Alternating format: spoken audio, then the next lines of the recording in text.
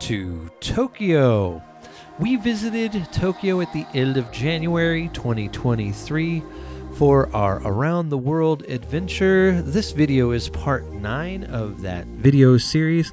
As you can see, as we were landing at Narita Airport near Tokyo, we got a view of Mount Fuji, which was awesome. I really was happy, and it's an iconic mountain, and I'm a huge volcano lover, so I got to see it from a distance, and I was very appreciative. I walked around Tokyo a little bit. I mostly took trains, but I ended up at the Skytree the day after I arrived by plane. It was a cloudy day, but it showed me the vastness of this city. Now, there's a couple options when you go to the Skytree. You could either purchase just to the first lower level deck, which I think was, I don't know how many meters below the top one, but I also purchased the very top deck, which I was excited to go to because I wanted to see what it looked like.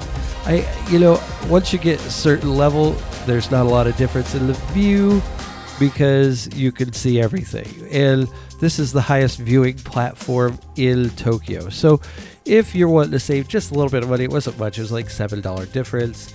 You could just go to the first viewing platform. But I like going to the top, especially with some of the design at the top and the way you can walk around it in basically a circle. It's pretty cool.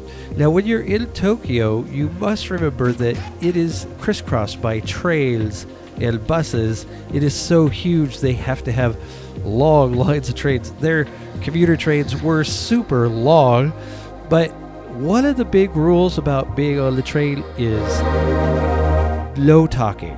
Do not talk. Do not have your volume on your cell phone or whatever your phone when you're watching a video.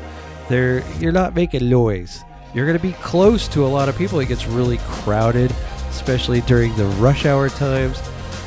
So that's a rule in Tokyo when you're on the train.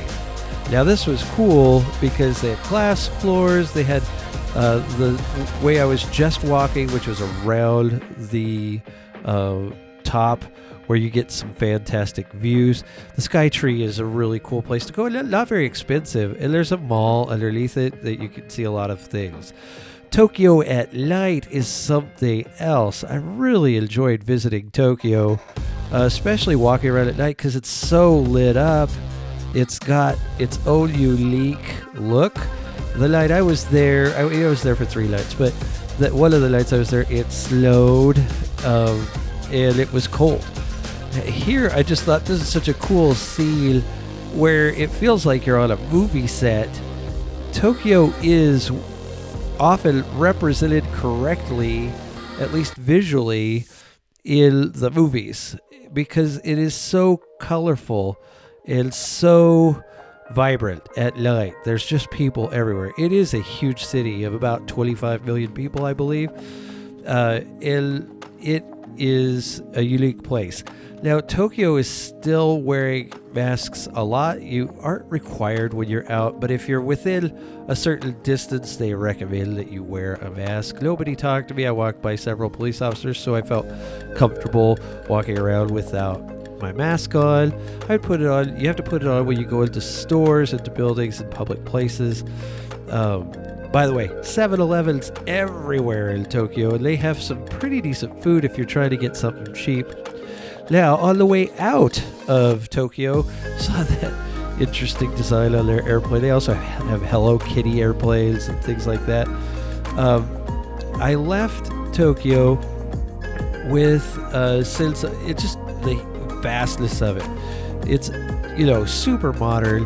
Every toilet is heated. The seat, which was different. I'm not used to a heated seat, although I imagine if it's cold, it's even better. And it was kind of cold when I was there, but not inside.